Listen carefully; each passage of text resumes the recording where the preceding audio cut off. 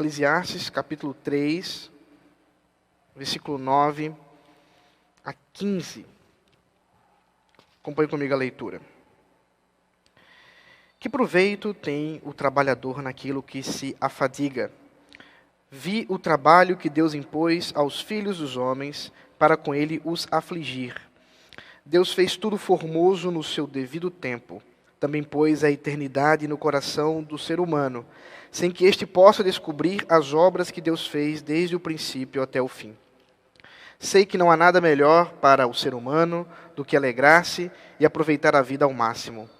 Sei também que poder comer, beber e desfrutar o que se conseguiu com todo o trabalho é dom de Deus. Sei que tudo o que Deus faz durará eternamente, sem que nada possa ser acrescentado nem tirado. E que Deus faz isto para que as pessoas o temam. O que é, já foi, e o que será, também já foi. Deus fará vir outra vez o que já passou. Vamos orar. Senhor Deus maravilhoso, em Tuas mãos entregamos agora, Senhor, nossos corações. Eleva-os até a Tua presença, a fim de que possamos ouvir, ó Senhor, do Teu trono, a Tua voz. Permite-nos, Pai, nessa manhã, sermos transformados, edificados por Ti, Senhor. Fala com Teu povo impedido de se ajuntar, Teu povo impedido de celebrar, Teu povo impedido de viver. Fala com Teu povo nessa manhã. É o nosso clamor, hoje. Amém. Queridos, eu não sei quantos já assistiram ou leram as obras da história grega, da filosofia grega e da mitologia grega que conta sobre Aquiles. E tem um filme famoso que conta um pouco dessa história desse herói, Troia. E lá pelo começo do filme, eu não sei se você vai lembrar disso, mas há um oráculo que é dito, uma profecia que é falada a respeito da vida de Aquiles. E ele precisa tomar uma decisão sobre a vida dele. Naquele momento, o oráculo diz a ele, existem duas opções para a sua vida. Você pode viver e ter o seu tempo com a sua esposa, com seus filhos, ficar em casa, e você viverá e morrerá em longa velhice. Ou você pode ir à guerra. E essa guerra, você não vai voltar dela, mas o seu nome será eternizado. E vocês sabem qual foi a escolha de Aquiles. É curioso pensar que o escritor, pensando em coisas do nosso coração, tenha colocado dessa forma a história de Aquiles, porque ela representa muito bem um anseio muito profundo do nosso coração. Alguma coisa muito natural de cada um de nós. Veja, quanto se gastou nas grandes navegações a fim de que se encontrasse finalmente a famosa fonte da juventude. Quantos gastaram a sua vida e todo o seu dinheiro a fim de encontrar um lugar onde, de alguma maneira, encontrassem uma forma de viver um segundo, um minuto, um ano a mais do que, teoricamente, já estão previstos para viver. Nós muitas vezes eternizamos ou tentamos eternizar a nossa vida por meio de obras. Por exemplo, as obras que fazemos enquanto escrevemos, as obras que fazemos enquanto trabalhamos, as obras que fazemos enquanto somos pais. Afinal de contas, quando colocamos o nosso nome em nossos filhos, de uma certa forma, estamos esticando um pouco mais a nossa história, a nossa vida.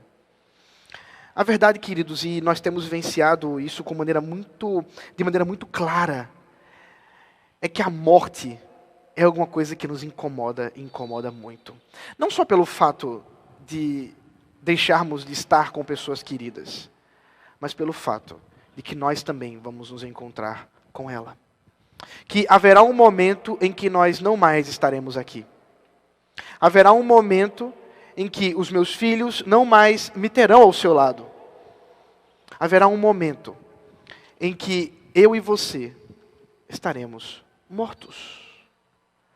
Eu tenho certeza que isso incomoda você.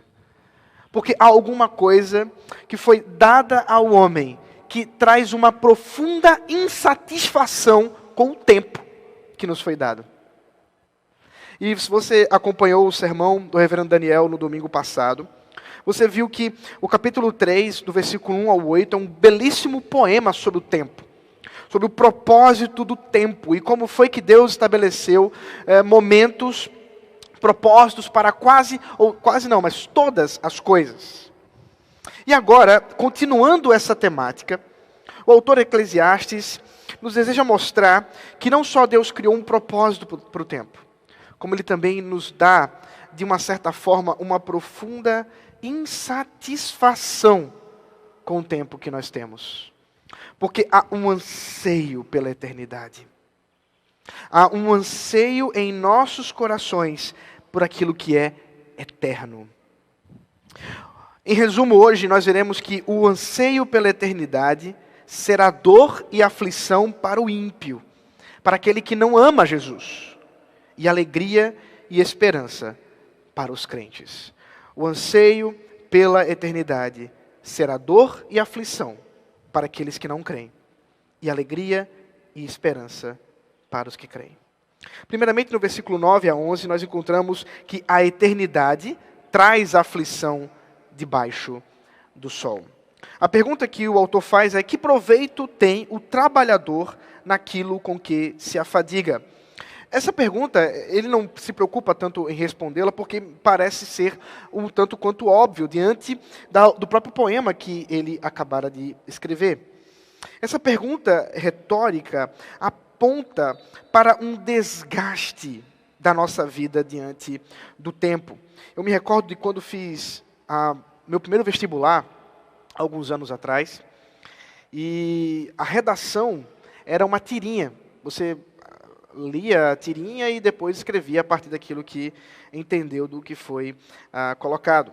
E a tirinha, daquilo que eu me lembro, era um homem correndo, com terno, com gravata, e ele tinha uma pasta que tinha um desenho de um coração. E enquanto a tirinha passava, o coração ia esvaziando, e ele então correndo. É claro, o ponto é mostrar que enquanto nós estamos correndo pelo trabalho, enquanto nós estamos correndo a fim de ganhar a vida, na verdade, nós estamos perdendo ela. O próprio Senhor Jesus Cristo já falou sobre isso nos Evangelhos, e nós podemos ter a certeza de que quando nós olhamos para o trabalho que nos afadiga, o trabalho que nos cansa, isso é grande perda de tempo. O próprio autor Eclesiastes, Salomão, nos fala no versículo 10, que ele olha para todo o trabalho que Deus impôs ao homem, e ele conclui que tudo isso Deus deu para afligir ao homem. É claro, ele está apontando para Gênesis. E se você lembrar comigo, capítulo 3, você vai observar que quando Deus veio ao encontro do homem e perguntou: onde é que você está, Adão? E Adão aparece e rola toda aquela conversa, acontece todo aquele diálogo entre Deus, Adão, Eva e a serpente. E nós temos finalmente um momento em que Deus olha para Adão e diz: maldita é a terra por sua causa. Nela ou dela você obterá o alimento do dia a dia, mas isso será feito através de suor e canseira. O trabalho não foi criado para nos trazer trabalho, para nos trazer dor e sofrimento. Mas houve uma virada em nosso coração, quando o homem, insatisfeito em seu relacionamento com Deus, passou a buscar uma outra forma de vida. E Deus, como se entregando o homem à sua própria forma de vida, deixou que ele assim seguisse, a fim de que ele pudesse receber sobre si mesmo as consequências dos seus atos. E nesse caso, especificamente, o autor Eclesiastes nos mostra com clareza que o trabalho traz dor e aflição. Gastamos muito tempo de nossa vida, e se você não quiser sofrer muito, não calcule o quanto que você gasta com trabalho, o quanto que você gasta a fim de obter o seu pão de cada dia e da sua família. E observe o quanto que você gasta comendo esse pão. Parece que a conta não bate. Parece que a matemática aí, nesse caso, dá algum problema. Porque do que adianta gastar tanto tempo para obter alguma coisa da qual eu terei tão pouco tempo para aproveitá-la? O tempo se torna um grande inimigo daqueles que estão debaixo do sol. Eu quero lembrar para você essa expressão, a fim de que você não se perca no meio da exposição de Eclesiastes. Debaixo do sol sempre é o olhar do homem nesse mundo caído. Debaixo do sol sempre é a visualização do autor de Eclesiastes desse mundo que nós estamos vivendo, descontando a presença do próprio Deus. Salomão deseja nos mostrar que a vida por ela mesma é perda de tempo. Salomão deseja nos mostrar que o próprio Deus estabeleceu dessa forma a fim de que nós possamos não nos satisfazer com esse mundo, mas olhar para alguma coisa que vai além. Para olhar para aquilo que está para além do que o nosso coração poderia se satisfazer nesse mundo caído. Por outro lado, no versículo 11, ele nos dá uma outra resposta sobre o coração humano. Se o trabalho é fadiga, e Deus o impôs ao homem para os afligir, se o trabalho é uma fadiga, e o nosso coração, portanto, está aflito diante do quanto nós gastamos com isso, por outro lado, Deus fez tudo maravilhoso. O problema de forma alguma se dá por conta das coisas. O problema de forma alguma se dá por conta do trabalho, porque Deus criou o trabalho. Lembre-se, Gênesis mais uma vez. Adão foi colocado no jardim para cultivar e o guardar. Ali está o agricultor Adão, cuidando das coisas que o próprio Deus estabeleceu, a fim de estabelecer ali, dar continuidade ali àquele ambiente maravilhoso de adoração e comunhão com Deus. Ao mesmo tempo, nós observamos que o homem se pôs em apuros. Mas não só isso. Deus não só criou todas as coisas de maneira maravilhosa, e tudo no seu devido tempo, como já havíamos visto no poema que foi lido. Mas também, diz o texto, Deus pôs a eternidade no coração do ser humano. Essa expressão é uma das mais belas de toda a carta, ou melhor dizendo, de todo o livro. Ela é uma das mais belas do livro de Eclesiastes. Deus colocou a eternidade no coração do homem. Por que Deus colocou a eternidade no coração do homem? O que Deus desejava fazer quando colocou um anseio eterno, do qual nós não conseguimos vivenciar em nada nesse mundo, em nosso coração. Veja, eu quero que você observe que não há nada nesse mundo criado por Deus que seja eterno. Tudo tem seu começo, tem o seu tempo de clímax e, enfim, ele termina. Mas não é assim que o nosso coração foi colocado por Deus. O nosso coração transcende a realidade. O nosso coração, pelo próprio Deus, da forma como o próprio Deus nos criou, ele vai além das coisas desse mundo. Por quê? Porque Deus desejava nos dar um olhar, um desejo, uma visão que permitisse a cada um de nós ver que esse mundo não foi feito para nos dar satisfação final. Veja a continuação do versículo 11 ainda. Também pôs a eternidade no coração do ser humano, sem que este possa descobrir as obras que Deus fez desde o princípio até o fim. Aqui nós temos uma situação muito curiosa.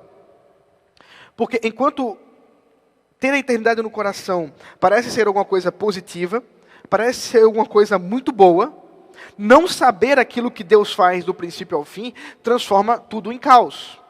E é exatamente esse o problema. Como eu disse, a eternidade pode trazer uma grande aflição debaixo do sol, porque se nós estamos vivendo apenas debaixo do sol, a insatisfação desse mundo, o desejo por uma transcendência, e buscar essa transcendência nas coisas desse mundo só causa frustração.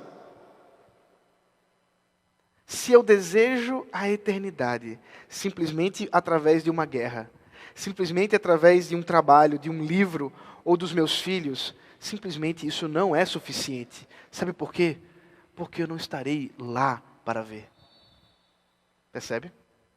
Do que adianta, Aquiles, você ter ido à guerra e morrer nela, jovem, e ter seu nome eternizado, se você não está lá para ver o seu nome sendo dito e citado? Do que adianta? A escolha de Aquiles, será que ela faz algum sentido diante do desejo pela eternidade? Faz. Se nós observarmos o propósito de tudo isso. Nós não conseguimos saber ou descobrir as obras que Deus fez, desde o princípio até o fim, por nós mesmos. Opa, aí está a chave. É por isso que o desejo da eternidade, como os mais antigos diriam, o desiderium eternitatis, ele aponta para a necessidade e a dependência que nós temos para com Deus. Porque somente quando nós conhecemos o propósito das coisas, somente quando nós entendemos o propósito de Deus e de suas obras, é que nós conseguimos descansar o nosso coração. E nesse sentido há um grande conflito entre nós. Ao mesmo tempo em que gastamos a nossa vida em trabalho, gastamos a nossa vida em busca desses nossos desejos, nós precisamos observar que a eternidade é muito melhor que isso.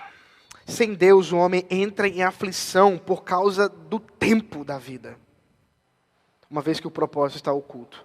Porém, as obras de Deus podem ser compreendidas na ação do Espírito Santo. Observe, quando nós temos o nosso olhar voltado para os céus, e sabemos daquilo que Deus faz, vamos ver isso a partir agora do versículo 12, nós podemos encontrar o descanso para o nosso coração, ansiando pela eternidade.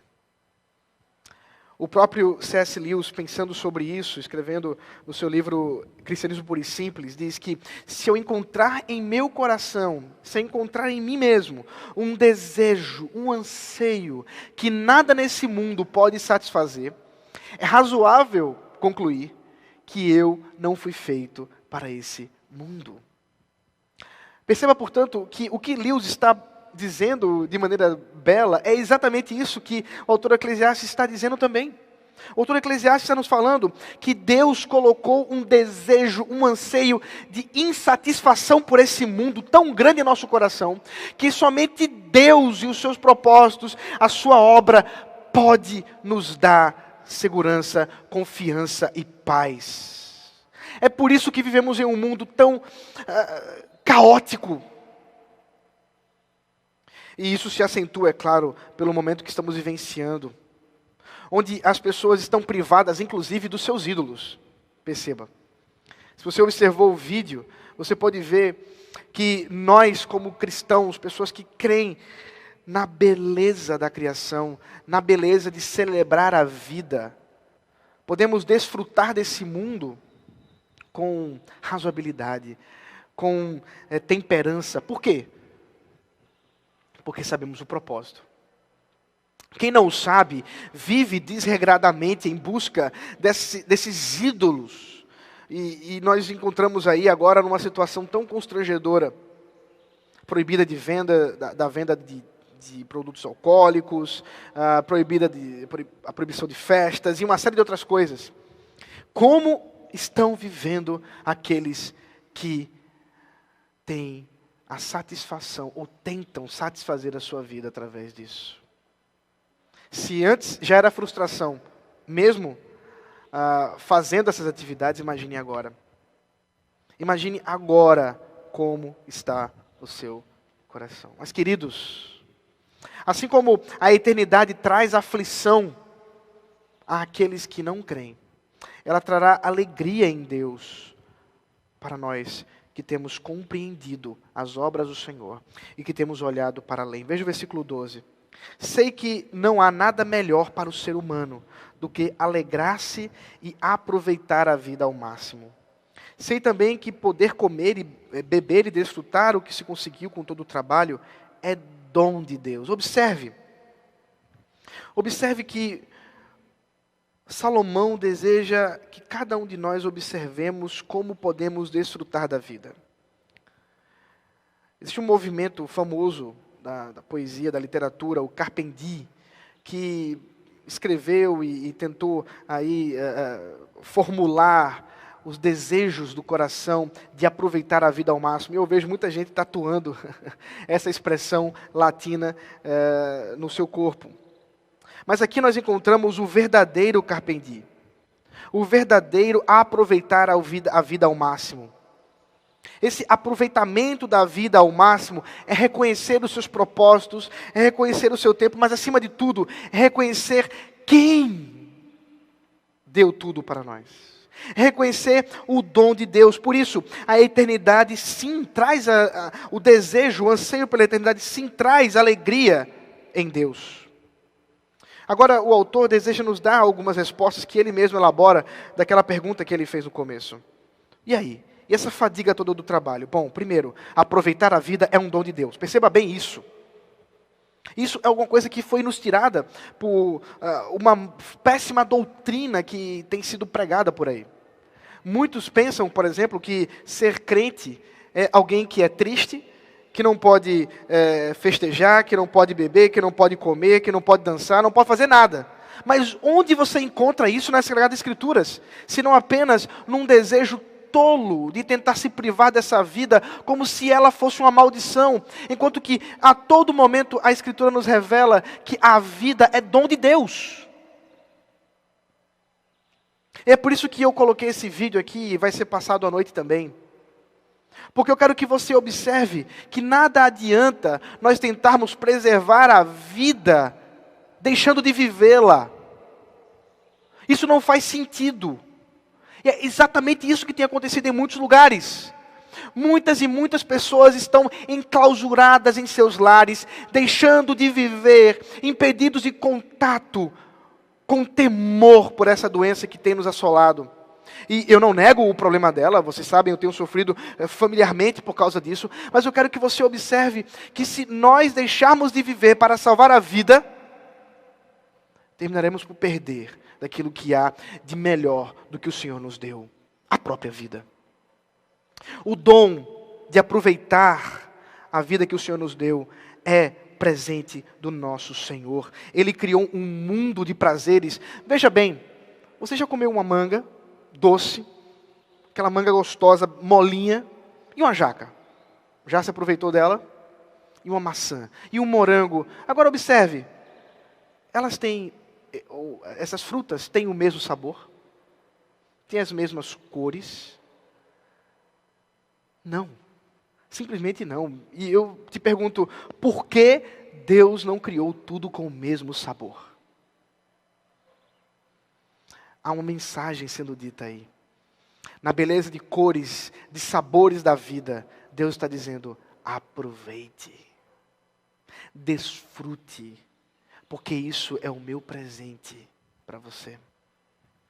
Saiba aproveitar a vida ao máximo. Comer, beber, desfrutar é dom de Deus. E obviamente, se negar a fazer isso, torna-nos não só insatisfeitos com a vida, mas com o próprio dom de Deus, com o próprio Deus. E por isso que há muitas pessoas frustradas. E se você é mulher que esteve ontem no Identidade Feminina online, claro, percebeu que uma má teologia, uma péssima compreensão sobre Deus nos leva a uma péssima prática.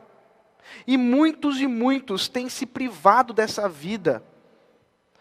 E nós aqui brasileiros, eu quero gastar um tempo falando isso porque está no texto e agora eu vou aproveitar para falar. Nós, com o espírito católico romano, muitas vezes pensamos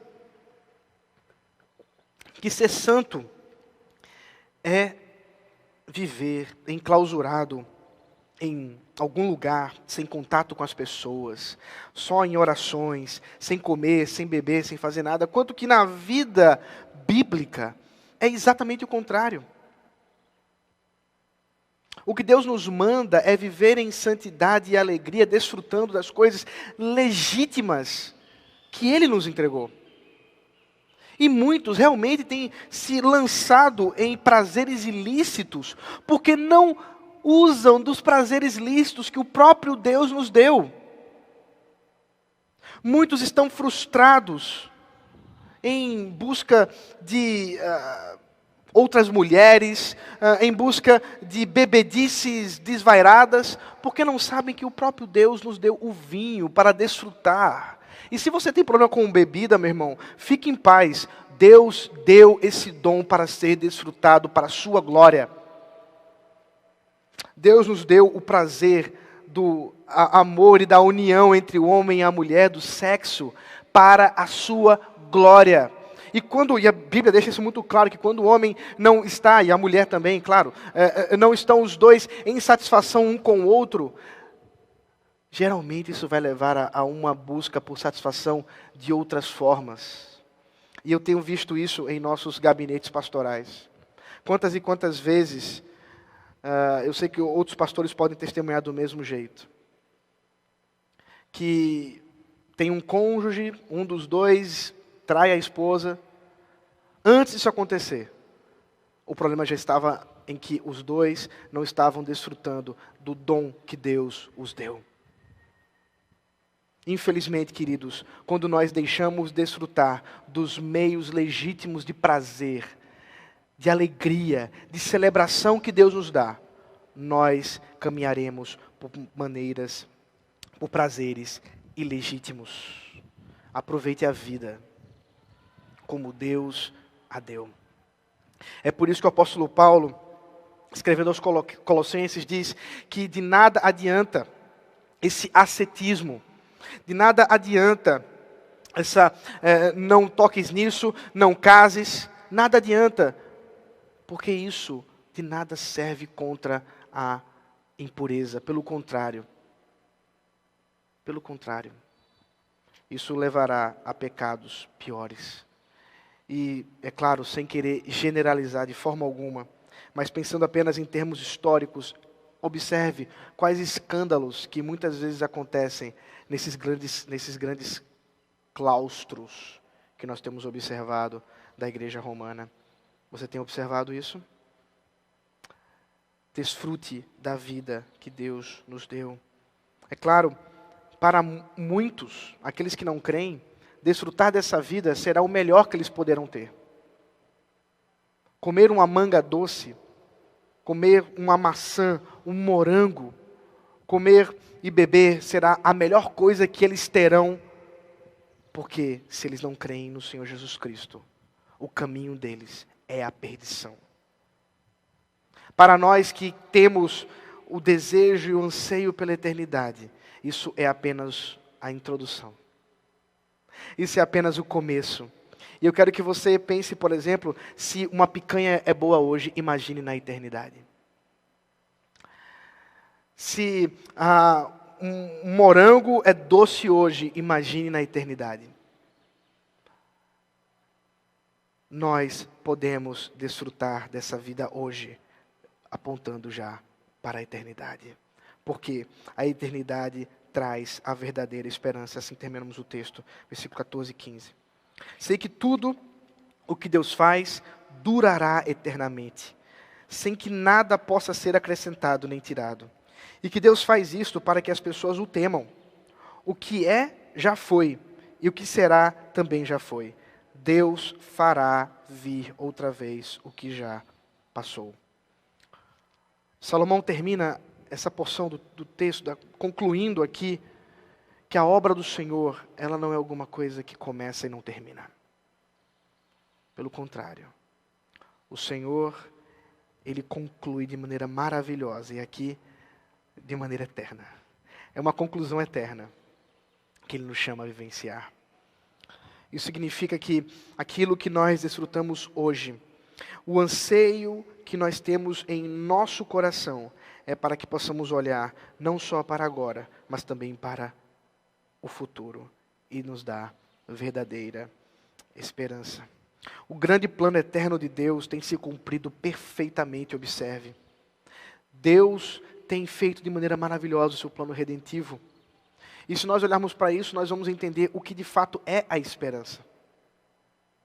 Porque a partir do momento em que nós podemos olhar nessa grande história que o Senhor Jesus Cristo é o grande clímax, é o nosso grande mediador, é o nosso grande Senhor, nós observaremos que no final das contas, o anseio pela eternidade tem o tamanho certo de Jesus Cristo. O nosso coração tem um buraco, tem um local que não pode ser preenchido por outra coisa, senão pela eternidade em Jesus Cristo. É claro, isso não é meu, Agostinho já disse isso antes, mas eu quero que você observe que, uma vez que nós consigamos entender o grande plano de Deus, uma vez que nós consigamos entender a beleza da criação, a beleza da redenção, nosso coração encontra paz, alegria nesse mundo de angústias que temos vivido. Enquanto que para o mundo tudo é mera repetição, para nós é apenas Deus cumprindo o seu plano.